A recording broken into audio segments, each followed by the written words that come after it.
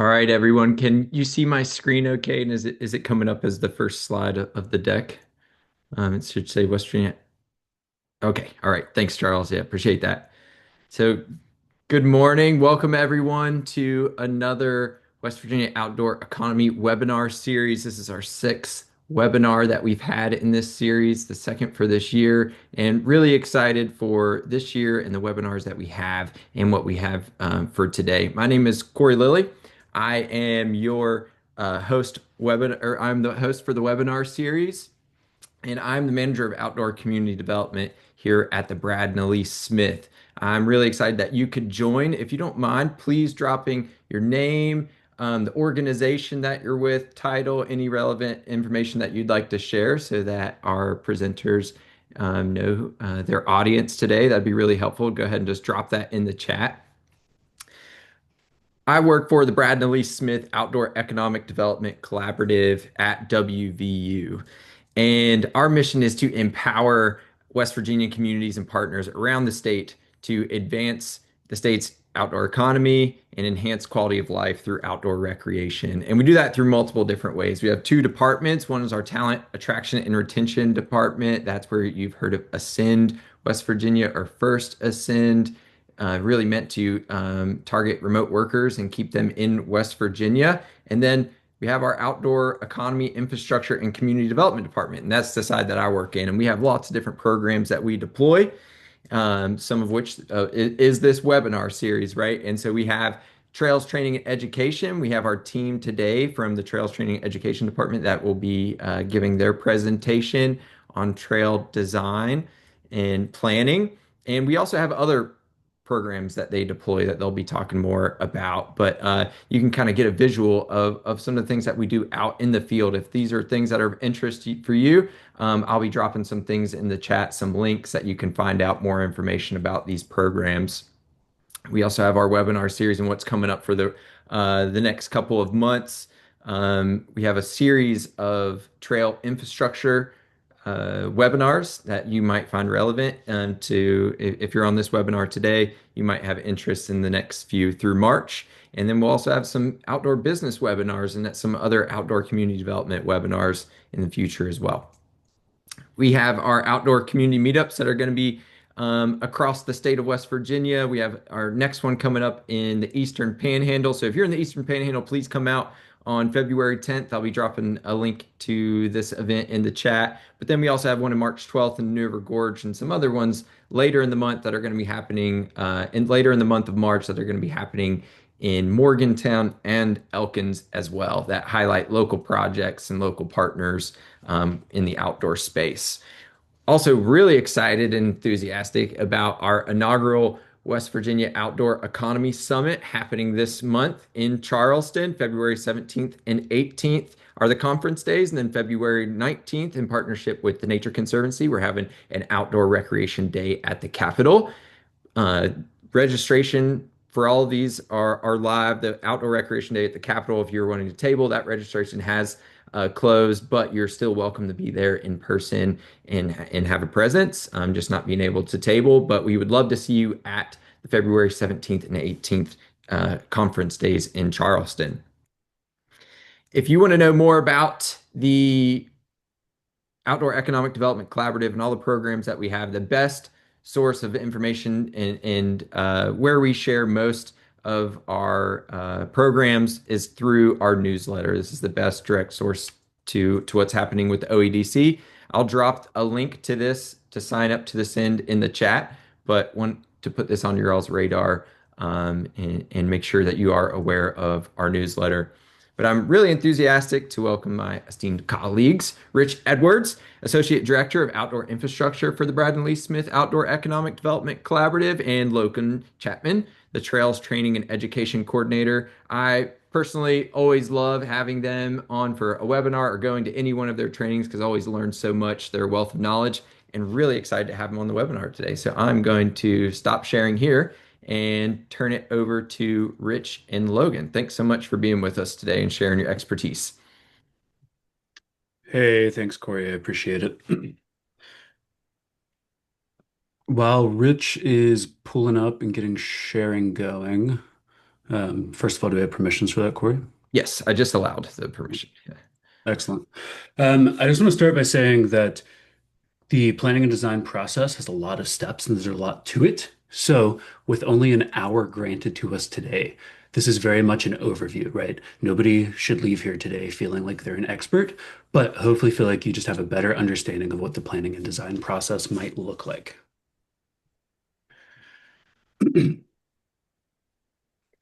So, before we get going, it's important to understand like why trails? Why are we as an organization and as a state putting so much effort into trails themselves?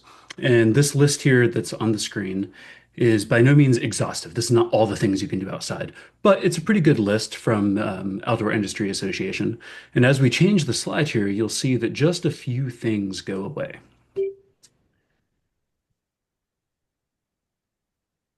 And what's left here are from the list all activities that in one way or the other require a trail, whether the activity itself is very trail heavy, like mountain biking or backpacking or hiking, or it's just a means of like getting to that activity with your water sports. You know, your water trails are often your access points, or fishing, maybe it's just the trail to your favorite honey hole, right? That's why we spend so much time on the trails, because if you're going to have a successful outdoor economy, it starts with your trails. Now, in West Virginia, this is already happening statewide. It's really big business. There's a lot going on. Since the beginning of the Smith Outdoor Economic Development Collaborative, we have assisted with $15 million of funds being awarded and then assistance going to our partners, whether that be state, nonprofits, or other NGOs. We've planned 248 miles of trail, and as it stands, there are currently 38 miles of trail and 3 bike parks under contract. I'm going to throw something in there just a little bit. Our partners and the people we work with and the people they've hired to assist them have planned 248 miles of trail. That's largely what this presentation is going to be about, is how you build the teams to get this work done. Now, before we dive in further, let's spend just a few minutes making sure that we're all on the right track here. This webinar is going to be based primarily on our natural surface sustainable trails. Because a lot of us, if you think, picture a trail, we all probably have a different idea of what that looks like. But these steps are pretty broad reaching and can apply to the other projects. We'll touch on that in just a minute. So, sustainable trails is another term for your resilient trail. And these satisfy these 3 requirements: your environmental needs, social needs, and economic. So, environmental, this is the trail that's not eroding, it's not washing all the sediment into your trout habitat. This is the trail that does not look like a stream bed. Social, this gives the people what they want, simply. Can it carry all of the folks that are coming out on a holiday weekend when there's tons of visitation? Is this a trail that people want to return to because it's a very pleasant experience? And then economic, simply put, if your organization only has the funds to maintain a Toyota Camry, don't build the trail that has a Ferrari maintenance budget.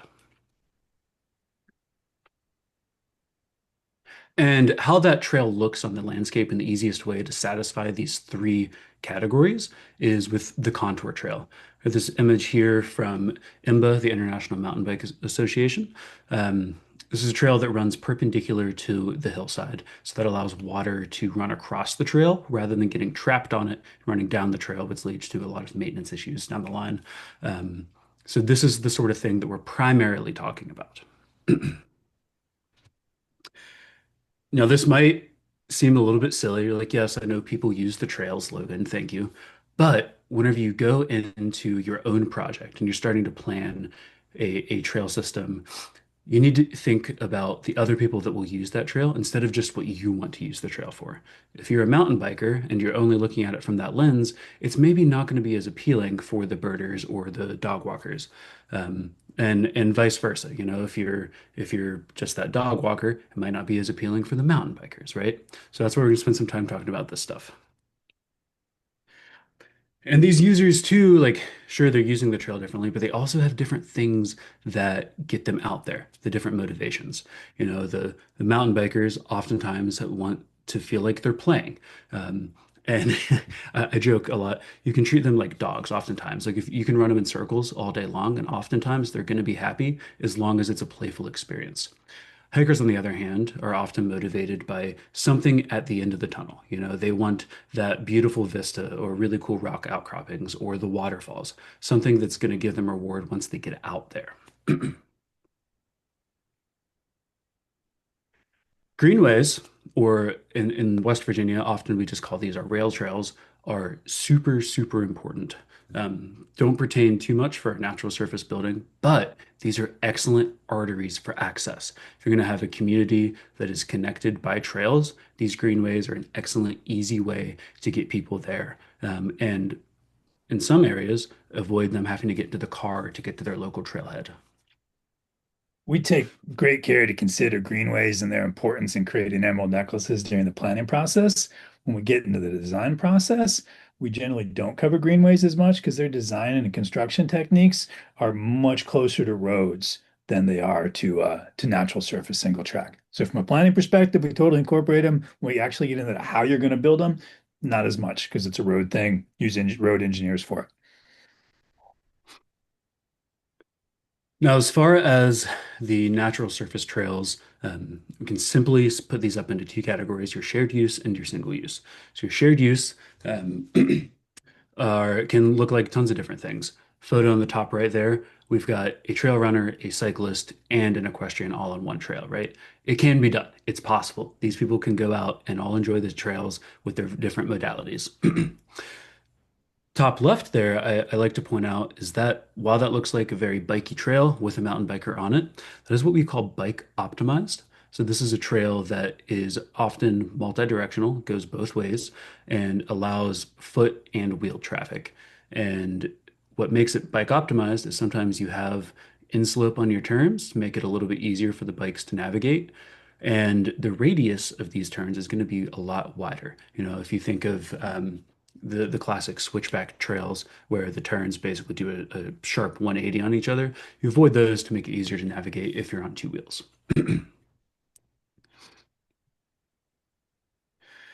Now, you might be thinking, I showed you those photos, all these different people interacting on the trail together, and you're like, there's no way that's working. That's not happening. And it can work. Successful shared use trails can happen and mitigate visitor conflict, but it starts with this planning and design process. You have to have good sight lines. Make sure that the trail can carry the number of people that are going to be out there on that busy holiday weekend. And it's through these planning and design steps that we're going to talk throughout the rest of our time today that will mitigate this visitor conflict and keep everybody happy on the trail. Couple ways to do this is, you know, giving folks the little spots in your trail system where they can go play. Give the mountain bikers a couple of trails that are downhill only and only cyclists, and they can go off and play on their own. And then have the hiking and foot traffic only trail too, so that way people can also get that one singular goal while they're in the larger trail system. Almost always visitor conflicts result of a failing to consider other experience demands during design and how other visitors and their modalities are going to interact in that system. And people end up with an artificially low carrying capacity that doesn't work once the trail leads to a level of visitor success. Always plan for your trails to be successful, and that means busy in most cases. And then our single-use trail. I first want to say that like single-use trails are often going to be the most successful if it is incorporated, how I just mentioned, where it's part of a larger shared use system.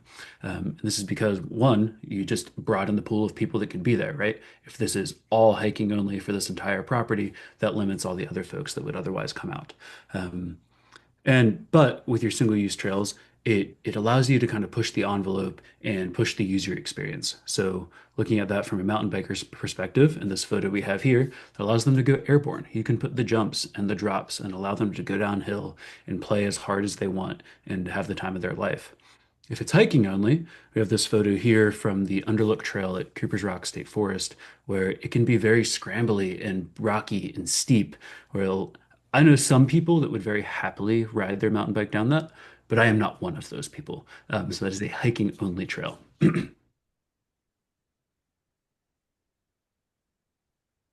And then the other things too, some of these are more trail-like than others, being like your pump tracks and your bike playgrounds. But these are the things that this planning and design process are very applicable for as well. Whether it's your disc golf course at that playground, the same principles of getting yourself from the beginning phases to a completed project is very, very similar. So we've got a sense now of the diversity of different types of trails, different types of trail visitors, the spectrum that's out there. Let's talk about how we get from the idea of a trail to the actual activation of a trail once it's open. And this presentation is largely based on developing trails on other people's property with other people's money, either foundation money or large amounts of tax dollar money. So because of that, there's a bunch of different nuances to this process. So if anybody is interested in more of a DIY approach towards trail design and planning and wants to learn the actual nuts and bolts of like which side of the tree we're going on, which side of the watershed we're going on, we'll cover that in other classes. This is very much an overview of how the process goes when you're asking for $1 million worth of federal funding to go develop a 10 to 15 mile new trail system. So that's why we're going to go into detail in terms of like how we do that process and manage that process. And it starts with creating the vision and engaging the community. It's easy to do things quickly if there's just a couple of you. And I know, I'm sure there's some people in this call that are like, hey, me and my buddies want to go ahead and make this trail happen. We can just go out in the woods, flag it, cut it. We can have a trail next week. That's all you want, that's okay. But if you want a 25-mile trail system that's going to draw people from around the country to come visit or around your state to come visit, and it's going to support your local high school and it's going to support your local industries, that probably requires a good bit more forethought, much more community engagement, and a good bit more money. So you want to build a team not just of trail advocates, but community advocates, because you're going to find that a lot of really important people in this process might not be trail enthusiasts or might not enjoy the same type of trail experiences that you do, but want to see their community become better and stronger, and they see trails as a valuable tool to do that with. And there's a wide variety. So when we talk about building a dream team, and first off, this team has two parts. We have a core working group that's fairly small and small enough to be efficient, to make decisions, move things forward, and then a much larger group that is our advisory, outreach, and fundraising group. And I'm not going to run through this whole list here. You can see it, and we'll have the presentation available later if you want to review this. This is not a full list, but it just covers some of the different things. And different communities and different agency landscapes, you'll find different combinations of these work well. Like if you're working with the federal landscape, I would strongly recommend a retired federal land manager on your team.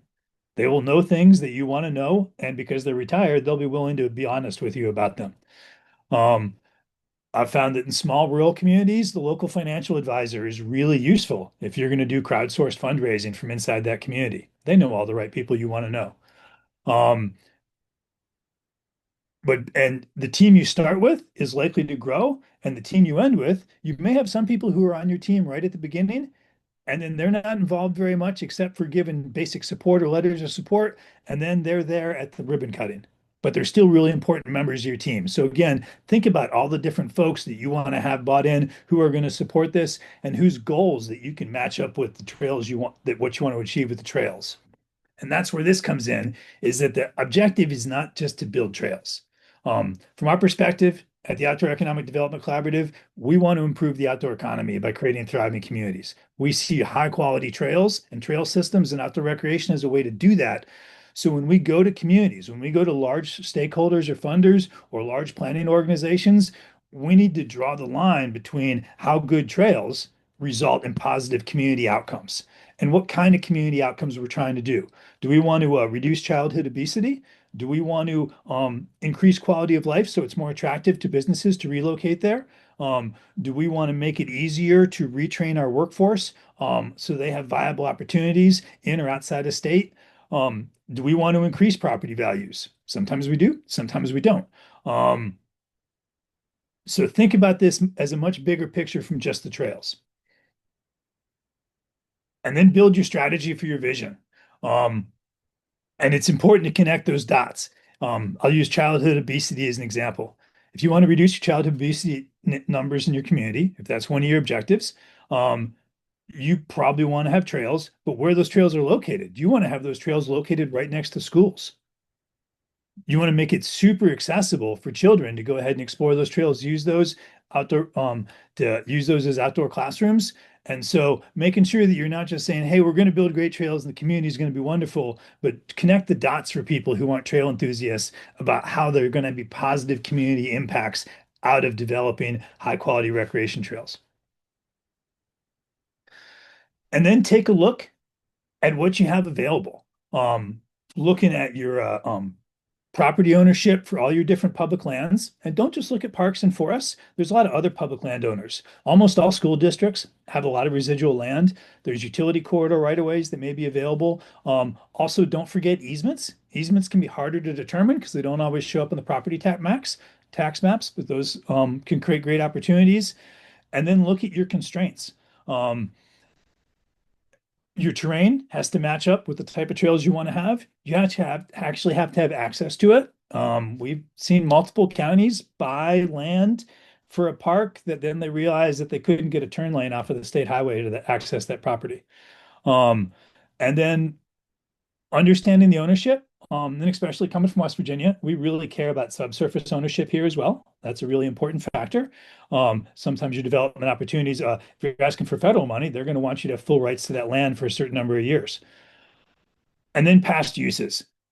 This is especially true, at least for us, if you're in a flat area that's near a river and it wasn't a farm, it was probably built on at some point in the past. And so we're going to be wondering about brownfield considerations and what the implication is going to be for that project.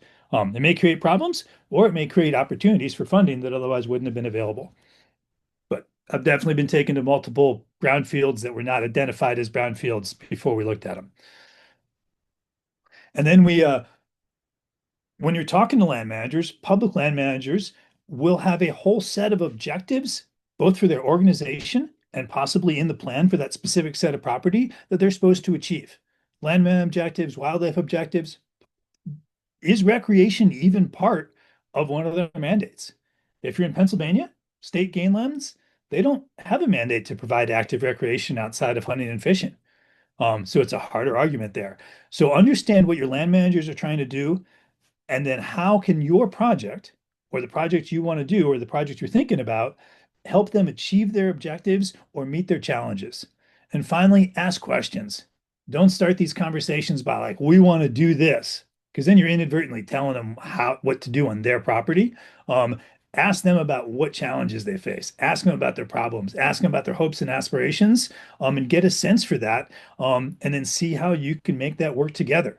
And finally, remember that their personal opinions about land management perspectives are probably as important as the actual mandate they have written. What they're told to do in their planning documents and then their personal, how they go ahead and do that may not be fully in alignment. It's good to understand both of them and become good friends with your land managers. Do them favors. Yeah. Have them comfortable when there's an issue that comes up in the planning process. They feel okay about just giving you a phone call or sending you a text saying, hey, can we talk about this? Um, Here's a project development cycle or project life cycle. And this is a very linear waterfall style process. It's easy to follow, but it doesn't really match what goes on because the thing in the middle, the contract one, doesn't have fundraising in here. Getting the money is really important. And then the contracting happens at multiple different layers. So the next diagram is going to be a little bit more complicated, but it kind of walks you through the different ways the development cycle happens. You see if I can get my cursor working. You're starting with you're building your team, you're drafting a vision, you're taking that and you're fundraising. At fundraising, then you go to procurement, which is a fancy way. How do you spend the money and make the award for the planning team? You got the planning team, you're doing some type of planning, and then that planning leads you back to fundraising for design or construction. And either you're going to design and then you're maybe taking your design documents to do more fundraising for your large construction document, or you may have all the money you need for construction already. You're going right into construction docs and then into construction procurement and doing construction. And some of this construction management may seem a little circular. That's because in some cases, construction management is managed by the agency. And then in a lot of the cases, construction management is handled by a separate AE firm that may also handle the design, construction docs, construction management for the agency. For a service project, they would probably handle the construction management directly. A lot of the projects we're doing in West Virginia, we're hiring an AE firm to handle all the construction management details and the compliance requirements. Once we're spending a couple $1 million of the federal money on a project, it's definitely worthwhile to have professionals who are very familiar with that process to assist with that. And there are people who can do that. If you are looking at receiving large pots of federal money, I strongly encourage talking to your local economic development agencies.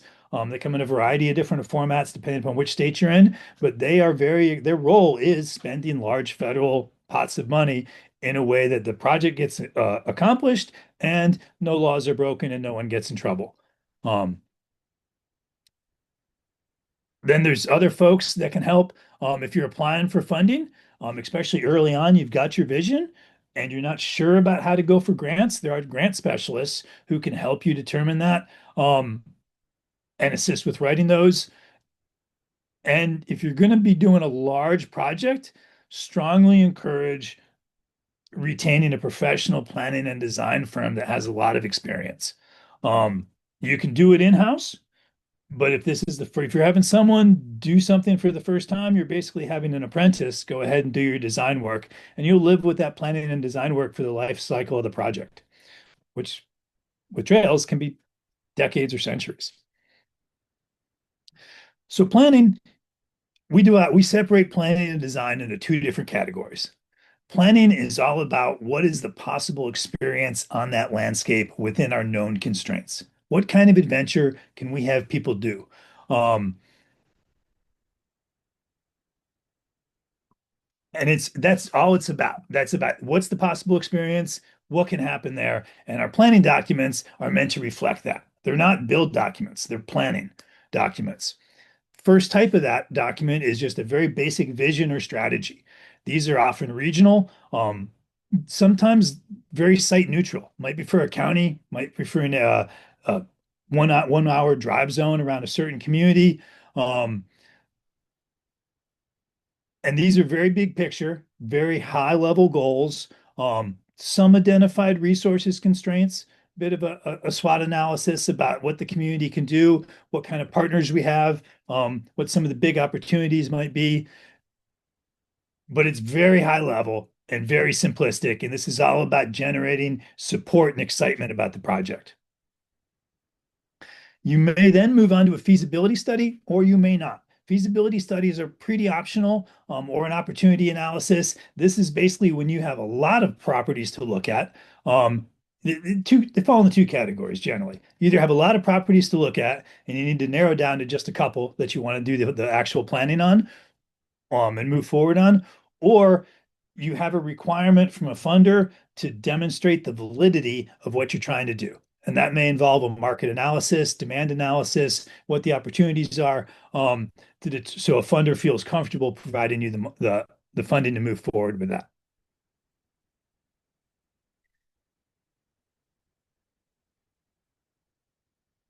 This is an example of 16 zones that were as opportunity analysis for City of Morgantown. 16 different zones were looked at to determine the feasibility and which ones made the most sense and what the opportunities were on each one. A concept plan is generally the next level, and this is by far the most common trail plan document that's out there. And these are very much approval and community engagement and fundraising tools. The goal of the concept plan is not to get the trail built. The goal of the concept plan is to get you the funds and the approval so you can move towards the design phase or towards a master plan and then a design phase. They're generally zone based, so people don't get all confused and wound up about exactly where the trail corridors are right now. But you can see in each one of these, like Zone B, potential for 9 miles of trail, green, blue, black. That's easy, intermediate, expert level trails. And it looked like there was an opportunity for a bike optimized descent. Generally, these are developed with desktop analysis and a little bit of field work to verify the terrain data on the desktop, but we don't have corridors being reviewed at this point.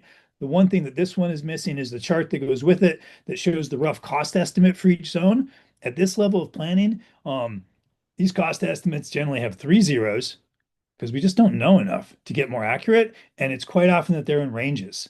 Like say zones 3 miles of flow trails, that could be anywhere from 150 to $250,000 for install cost. And then this is the same project, Standing Boy Creek State Park. Well, wildlife management area, it was both when we were working on it. It went back and forth between a state park and a wildlife management area.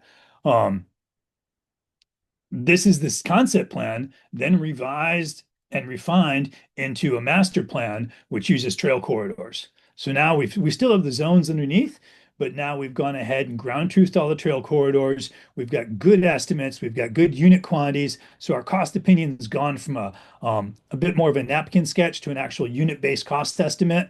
We've identified our likely compliance hurdles, so we can bake those into the cost estimate. And we probably have some idea of phasing, which set of trails makes the most sense to do as the first phase versus the second or the third phase. And our cost opinions are really critical at this point, because at this point, you've got your master plan, but you probably don't have construction. And you've spent a small amount of money, under $100,000 on your planning so far. And now you're getting ready to ask for $1.5 million. So having good cost estimates, having that phasing, developing a public outreach strategy. Your phasing may well be determined by your fundraising needs. If you aren't able to ask for all of the money you need at one pot, making sure that your first phase, one of its critical goals is to develop enough excitement and buzz as well as credibility for future phases. There's two parts to that. One, you're creating excitement, so people really want to see more of that product and more of that trail on the ground. Two, you're demonstrating to the funding agencies that you can successfully take that money, spend it, and get good things on the ground. Then they're going to feel more comfortable with giving you additional funding. Also, it's quite likely that the funding that you ask for planning is not funding that you could spend on construction, and vice versa. Your construction dollars probably can't be spent on planning. Got ahead of myself there. Lots of different federal opportunities for funding, different foundations. WVU Grant Research Center also has some information, and we've recently done a webinar on grant management. Once you're awarded the money, that's where the real challenges start to come. But it's important to understand before you get into your design. It's not critical, but it's useful if you know what funding you're looking for, what funding you're likely to get. Because you get into regulatory compliance, and your regulatory compliance, basically what the house rules are going to be for that project, are going to be determined by three different things. Who owns the land? Who has jurisdiction over that part of where that land sits? State, federal, other jurisdictional boundaries. And then thirdly, your funding source. Your funding stream will create a bunch of different regulatory compliance, and can be some of the more impactful regulatory compliance you have to go through. And even the same regulatory compliance, say NEPA or Clean Water Act compliance, depending upon the federal agency's property you're on or the funding stream you have, the compliance requirements for the same federal law may vary based upon the funding stream. And that funding will also determine your procurement rules, how you can bid the project, how you can award the project, whether the examples would be best value award, qualified low bid, non-qualified sealed low bid.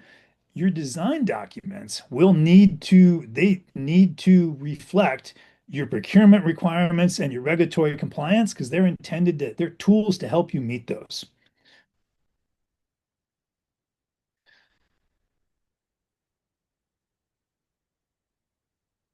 This page is meant to be confusing. There's a bunch of acronyms and gobbledygook in here, because when it comes to procurement, it is confusing. It's not very black and white, and there's a fair amount of legal risk in this.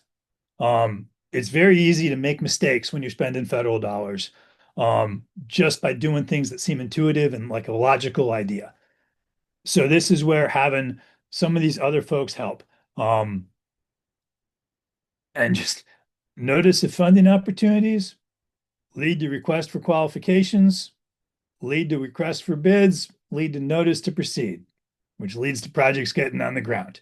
But there is a whole alphabet soup out there.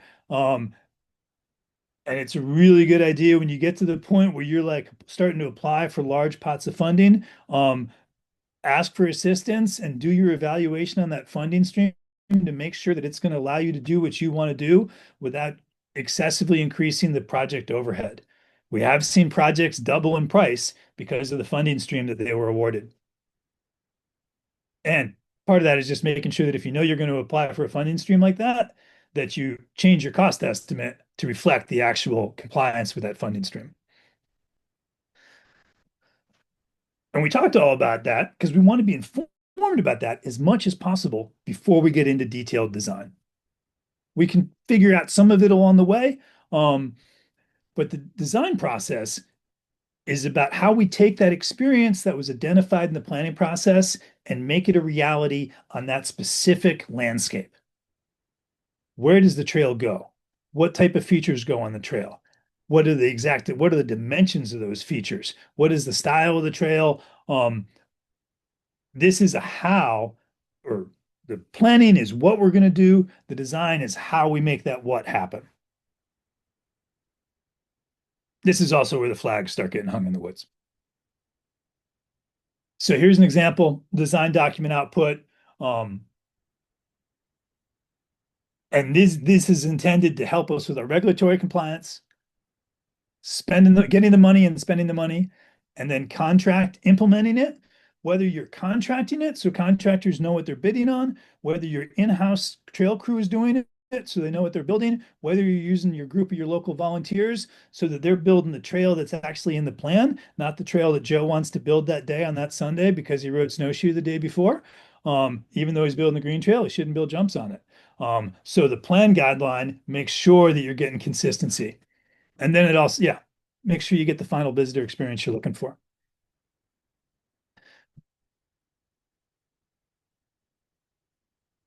Your typical compliance are going to be biological, cultural, and almost always, if you're doing more than a couple miles of trail, some kind of construction stormwater.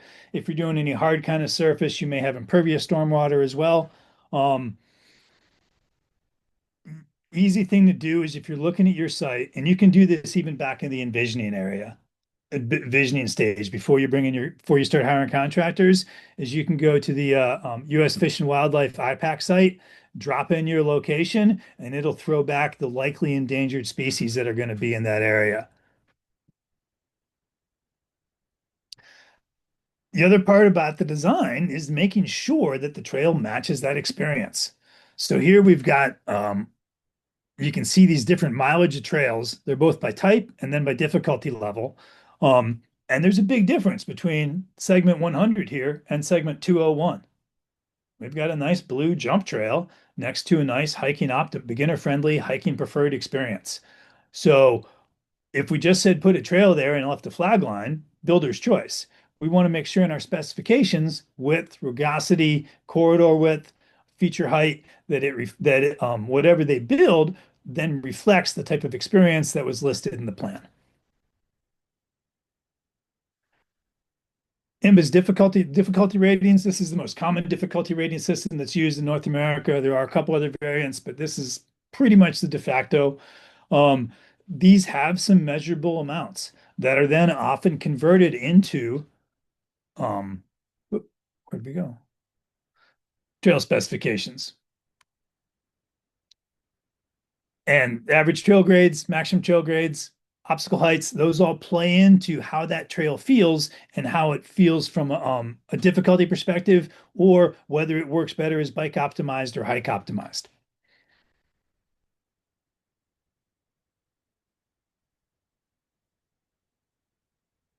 So we've got the detail, we've got the ground, we've got it. Okay, and now we're ground truthing. We're in the woods, we're flagging the trail corridors, we know in our planning, it's like, oh, we wanted to have a green trail. That means we need a 5% average grade on that corridor. So now we're out there on the landscape, making sure we can get that, making adjustments as needed, and then we're labeling our intersections, our hubs. This on the ground marking is critical for a couple things. One, you need to be able to have your procurement specialists, your ologists, who are going to have to go out and do resource surveys, be able to follow the flag line. Um, Secondly, any contractors or folks who are going to bid on this, you want them to be able to go out independently and follow the flag line. We generally recommend always marking our intersection hubs with some kind of placard. If you could zoom into this one, it would show you which trails are coming off and what the segment numbers are that then matches up to the GIS data that's in the shared map. And there's so many flags there because,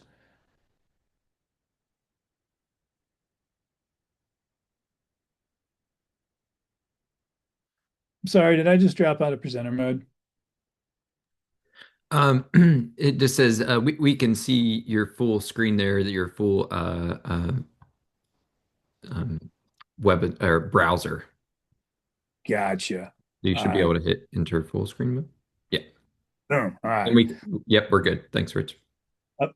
Um, Biddable unit inventories, that means we generally recommend trail construction because there is a fair amount of field fitting.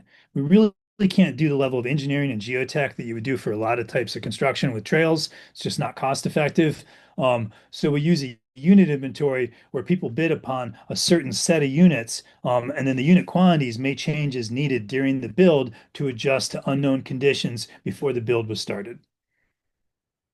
And there, that was the close up for one of those hub decals. Um, and these are a set of construction details. So we've got intermediate level trail, shared use, some deep information about it, something the contractor will be very interested, what the trail length is going to be, and then all the specifications, max grade, ascending grade, turn radiuses, rugosity, tread widths, these together all contribute to what kind of difficulty and what kind of trail experience that trail is going to provide when it's constructed. And these all allow, if you're bidding this, to then have some teeth when you're working with the contractor on the ground to be like, hey, no, that was a 30% grade. We can't do that on a green trail. You've got to get it down to what the specifications say. Other typical things to see, and this is where we've gone from our design detail, where we're ground truthing and doing our flag lines, to actual construction docs that are going to be used during the construction and included in bid packages. Other typical details for, say, a hub, some of our erosion, our mitigation, we've got to do our stormwater control mitigation. So a lot of times the narratives for that are baked into the construction documents. That's for some site rolled compost log. Um, and this again, this isn't just for contractors. If your agency crew is out there, or you've got an ACC youth corps coming out for the month, or you've got volunteers, they will make use of all these documents as well. Again, this is how translating into the bid worksheet that goes into the RFQ going out. And knowing how you're going to bid, design bid build, qualified low bid, sealed low bid, all of that's important to know. And you'll find that out from your funding stream before you develop your construction documents. So in some situations, you'll do a lot of design and then get your funding and then do the construction documents. Because they'll have to reflect the funding stream if you didn't have the funding stream before you were doing the design. The These need to reflect that. And the reason for that is a qualified bid doesn't require the level of specification and as watertight construction specifications as a sealed low bid. A sealed low bid, you may not have a lot of decision about who wins the bid, and it's much more likely you will end up with someone who's inexperienced or unqualified in this kind of work, and you're going to need much tighter specifications to enforce the contract on them. Good qualifications are strongly suggested, and that is something that we can share with folks as well as some good suggested qualification language. And then as we get into implementation, these are just some basic tips. These fit all the way through the presentation. Um, whether you're going to have your construction management be done internal or whether you're going to ask for help, remember that most grants, or not most, many grants are reimbursement grants, which means you need the cash on hand to be able to fund the project. You need the cash flow because you may not get the money till the end of it. State of West Virginia receives a $3 million grant from the EDA for trails. They immediately need to encumber $3 million and lock it away so it can't be spent because they have to have that cash flow to manage the project and then hopefully get reimbursed at the end. And almost all reimbursement grants do get reimbursed, almost all. And then it's a seasonal type of work. This is often missed, especially when we're talking about larger federal money. We're used to doing typical construction projects. Our resource surveys happen seasonal. Sometimes only 1 or 2 months a year can you do the resource survey, and your construction is seasonal. So this is important to consider when you're developing your project timelines. Thank you, Mr. Edwards. Now, a lot of the stuff we just threw at you, Rich has years and years in experience, certainly an expert in the field, but he wasn't the one that made all of this happen, right? Some awesome resources are available online. Most of these are free. I want to acknowledge a lot of them are Bikey from EMBA, and that's okay. It's still applicable. All these processes are the same, whether it's for your hiking only trails or your mountain biking. They just put out really, really great materials for folks, often again for free. If you want to attend more of our workshops, also in person, we travel the entire state. Starting in late March, we will be on the road, rolling around. We have a full trailer of tools and personal protective equipment that you might need. Come on out. We have classroom opportunities, and then we go outside and actually get to practice what we talked about in the field. So check out the calendar there, have the QR code, or Corey just dropped links in the meeting chat. And then WVU also offers a 18 credit Sustainable Trails graduate certificate if you want to level up and also have the piece of paper that says that you did so. Really, really great. There are online synchronous, online asynchronous, and in-person options available. So it's extremely flexible and as approachable as possible for folks. So now, if anybody has any questions, we can use the rest of our time to do so.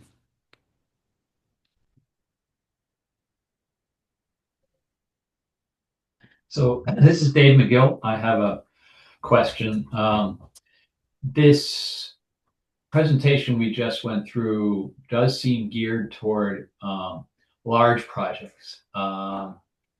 And often we're working on infill projects. We don't have we don't have such a big map, open area to work with.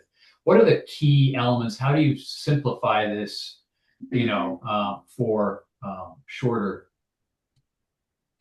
term work for smaller projects? Sure, Dave. I'll take a stab at that. And I'm going to start by thanking you for all the awesome work you've been doing in Maryland. If anybody gets to ride and outside of DC and Maryland, Dave McGill's probably had a play in that trail. I'm assuming you're talking about situations where you've probably got parks that already have trails on them. And this is always more challenging. Any place that has a lot of existing trails is going to be more challenging. Community engagement is going to become a much more important part of this process. If you're working on a blank canvas, it's pretty easy. There's no community expectations about it. If you're working on a canvas that has historical trails on it or trails that people have been using, there's now a lot of personal emotion tied into those trails. People have strong memories about them. So the first thing I'd do is I'd start off with an assessment of the existing trail system. And this can be done a couple different ways. You can look at it from an experience assessment. What do the current trails provide for different types of visitors and users? And then if you're concerned about sustainability because of maintenance issues or a lot of erosion, you might do a sustainability assessment, basically looking at the whole area and looking at the whole trail system with their slope to grade ratios and which ones have functional corridors that could be rebuilt in, or which ones need to be full closures and relocations to in order to be sustainable. And then the third part about this is you need to have a needs assessment. And this is where you're talking to your community about what do they want to have and what experiences. And here I wouldn't look at just that park, but I'd look at a regional perspective. What are people looking for and what are they needing? What are the unmet demands? Easy way to look at that is your unauthorized trails that are popping up. What style of unauthorized trails are popping up? Those are people voting with their hands that they want a certain experience. Um, However, some of your most important users, those people that currently aren't using trails, may not do that. And if you have a need for more beginner trails, that may not manifest in that fashion. But having a needs demand, um, and then going through and looking at what are the opportunities within that smaller footprint, and not being afraid to take away to rebuild or eliminate old trails if that's necessary. We have a lot of trails out there. In fact, I would say the majority of our trail systems in the national forest weren't planned as recreational trails. The majority of them happen on old extraction routes, um, or user developed efficiency routes for hunting. They were never intended, or old farm routes, and they were never intended to be recreational trails.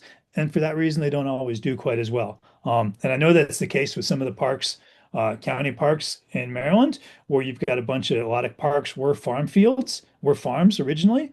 And those old farm fields and wood roads have now become trails. And some of those are problematic because they don't provide the best trail experience or the best sustainability.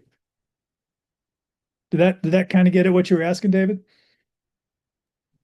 Yes, very much. I think it's a really good point. I think the main point you made to me was the level of attachment and emotion you have to existing trails, and therefore your assessment and making sure you're not going to have a backlash from the community for what you're doing is a really good point. Combined with looking at what people are doing, building their own trails in the area if that's going on, which it often is. Those are really good points. The social engineering is critical, and there's another person on the call, Kyle Lawrence, from SVBC in Harrisonburg. SVBC has just gone through a multi-year process, community driven, about the Western Slope Trail System, which is incredibly beloved, decades old, and has a variety of different, and this is largely just within the mountain bike community, as many different aspects of the mountain bike community as you could imagine, with their own interests in there. And Kyle and SCBC have just gone through a whole process where they worked out negotiating a plan that everybody bought off on. Not an easy process, but Kyle may be a good person to reach out to get some personal experience about that and ways to avoid stubbing toes.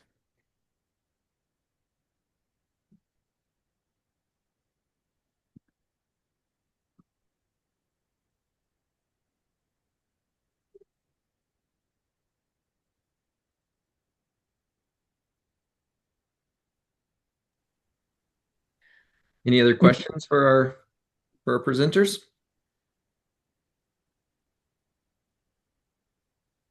I have a quick question, Rich. What are some of the common pitfalls that you see as folks go through this process? Probably the most common one is taking a concept plan and putting it into an RFQ for build. It's So going immediately from concept plan to build, taking something that's very much a representative image, a schematic, and saying, "Hey, go ahead and build this trail for me," and then basically relying on the contractor who's building to also do the design and understand the contractor has an incredibly strong incentive to do a cost-effective design. Mhm. Lump your design and your build together into the same award under the same funding. We have $100,000 to build that trail and do the design. Well, they're going to make that design be as cost effective as possible. So if there's a really cool rock outcropping, they're probably going around it. If there might be some really cool opportunities for good experiences that'll be ignored because they're not in there. Whereas if you've already done the design and you've called those out as important, and everybody bidding on that project is like, oh, we know we need to go over that rock outcropping, then they're all accounting for that cost. If it's just a general concept plan, your bidders aren't going to be bidding apples to apples. They're all going to have a different kind of vision of what it should be, and you're effectively going to penalize your bidders who want to do a more extensive build or a nicer build, and you're going to reward people who want to do the bare minimum. I see. So by skipping over the design and only using concept, you don't have the ability to effectively manage the construction to meet maybe the experience goals of what the community is set out for, and then you might be able to experience some of that backlash that folks talked about, or just not receiving the economic impacts or whatever the goals were for the property if you skip over the design.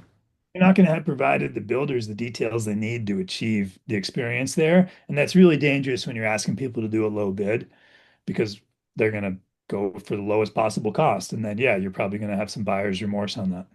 So when in that process would you bring in, say, an engineering firm, or are there these like specialty design firms, or what are your thoughts on that? I would always recommend specialty design firms with experience. They're going to have basically because they're going to have seen things gone wrong before. They're going to be more aware of what's happening out there. Um, and so they're probably going to do a better job in the planning design. When you now engineering firms are a little different. And I will freely admit, I have been in the past, I really didn't like to involve engineering firms in trail projects. I thought they just drove up costs. But that's when we were talking about $100,000 or $200,000 trail projects. We could administer those fine on a club level or an agency level. Um, when we're getting funds from non-traditional funding sources, EDA, HUD, EPA for multi-million dollar trail projects, those entities are used to a much more rigorous procurement process, tracking process during the construction. And we found that working with architecture or engineering firms who are used to operating projects with that type of funding at that level, and that two things, that scale of that project makes that overhead worthwhile. But two, those folks have they generally have a lot of experience with dealing with that, with dealing with AI pay apps, the kind of things that the trail industry is generally not as experienced with. So a lot of times what we'll do is we'll recommend on those projects that you include qualifications regarding trails or bike parks in the request for quote that forces engineering firms to go out and team up with trail specialist teams. And in order to get the experience of the trail specialist team that they have on board is part of the evaluation or helps them meet the qualifications they need if it's just a qualified low bid. So on these bigger projects, sometimes having that engineering firm and the specialty design teamed up can prove beneficial if given the complications in procurement. And Yep. They're gonna the local engineering firm, and this is also true if you're especially true if you're doing like bike park projects. Bike park projects are much more mass grading projects in small areas versus trail projects. The level of permitting required for those is often higher and often done locally. And your engineering firm that's used to working in that town or that county or that state probably already knows those permit inspectors or those engineers who are going to have to sign off on that. And that can make things where they can just call up the local Department of Highway engineer and be like, hey, man, we got this project that's a little different. How do you want us to handle it before we submit it? That can make a huge difference in the process. I see. So how long would you give for a process to go from that conceptual plan to design and then approval? That can be a big window. Uh, you might know Raystown Lake trails up in Pennsylvania. The idea for that came up and about 8 years before design happened. Design happened, went through approval process. Construction was completed at 30 miles or 25 miles of trail 3 years after design. So 13-year process, but about 10 of that was from like the vision and the concept, getting approval, getting everything together, getting everything ready. Once the money was there and the contract was out, it only took 18 months to put 25 miles on the ground.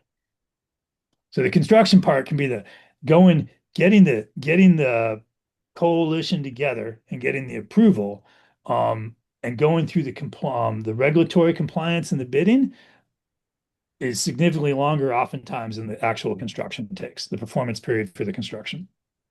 If you have just private money or you have foundation money, you're working on private property.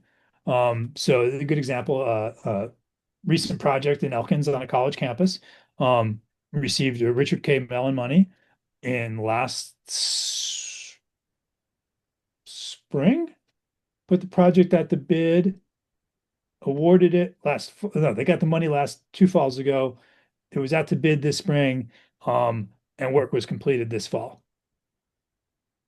No federal compliance triggers, private land, very small coordination group and coordination team. So really efficient project. So move forward really quickly.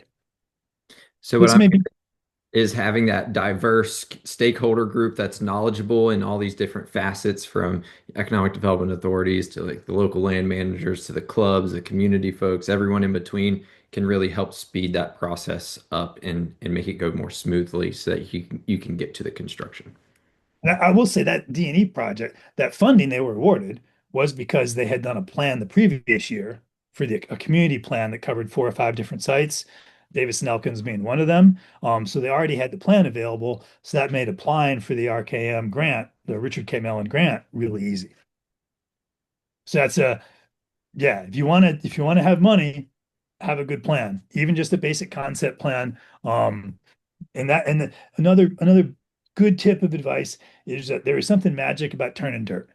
So make part of your project able to implement quickly. So even if you're doing, say, a large 30-mile design project, you're having them flag 30 miles of trail, put together all the master plan for that.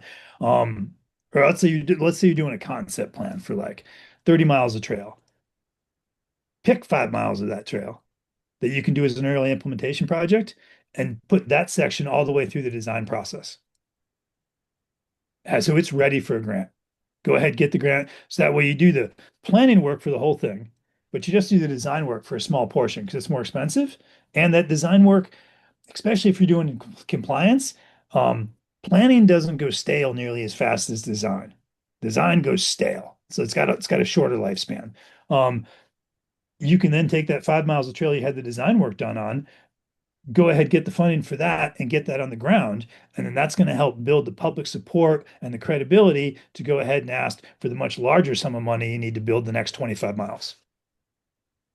So we've that's definitely a tactic we've been using a lot. Is almost all of our large planning projects also have an alternate task for the contract for the vendor that involves some type of design for an early implementation. And we might not know exactly which things we're going to design until we do the planning, and then we identify, hey, what's the most impactful combined with the lowest barrier trail we can build, lowest obstacle to build trail that we can put on the ground as quickly as possible, especially if we're in a community that's in a trail desert. And we need to demonstrate to the community leaders that those trails will have impact and there's demand in their community. And if we can get 5 miles on the ground and suddenly that parking lot's full every Monday evening, um, we're going to have the support we need to go ahead and move to the next phase. Got it. Well, Rich and Logan, thank you so much. We have made it to the hour. And everyone on the call today, thank you for joining the call. We're going to have Rich and Logan on a few more times over the next couple of months. So please keep in touch with us. Visit the website to get registered for the next webinar. And I hope to see everyone at the West Virginia Outdoor Economy Summit in just 2 weeks. And actually, Rich and Logan are facilitating some panels and things during that event as well. So thank you so much, and we'll connect soon.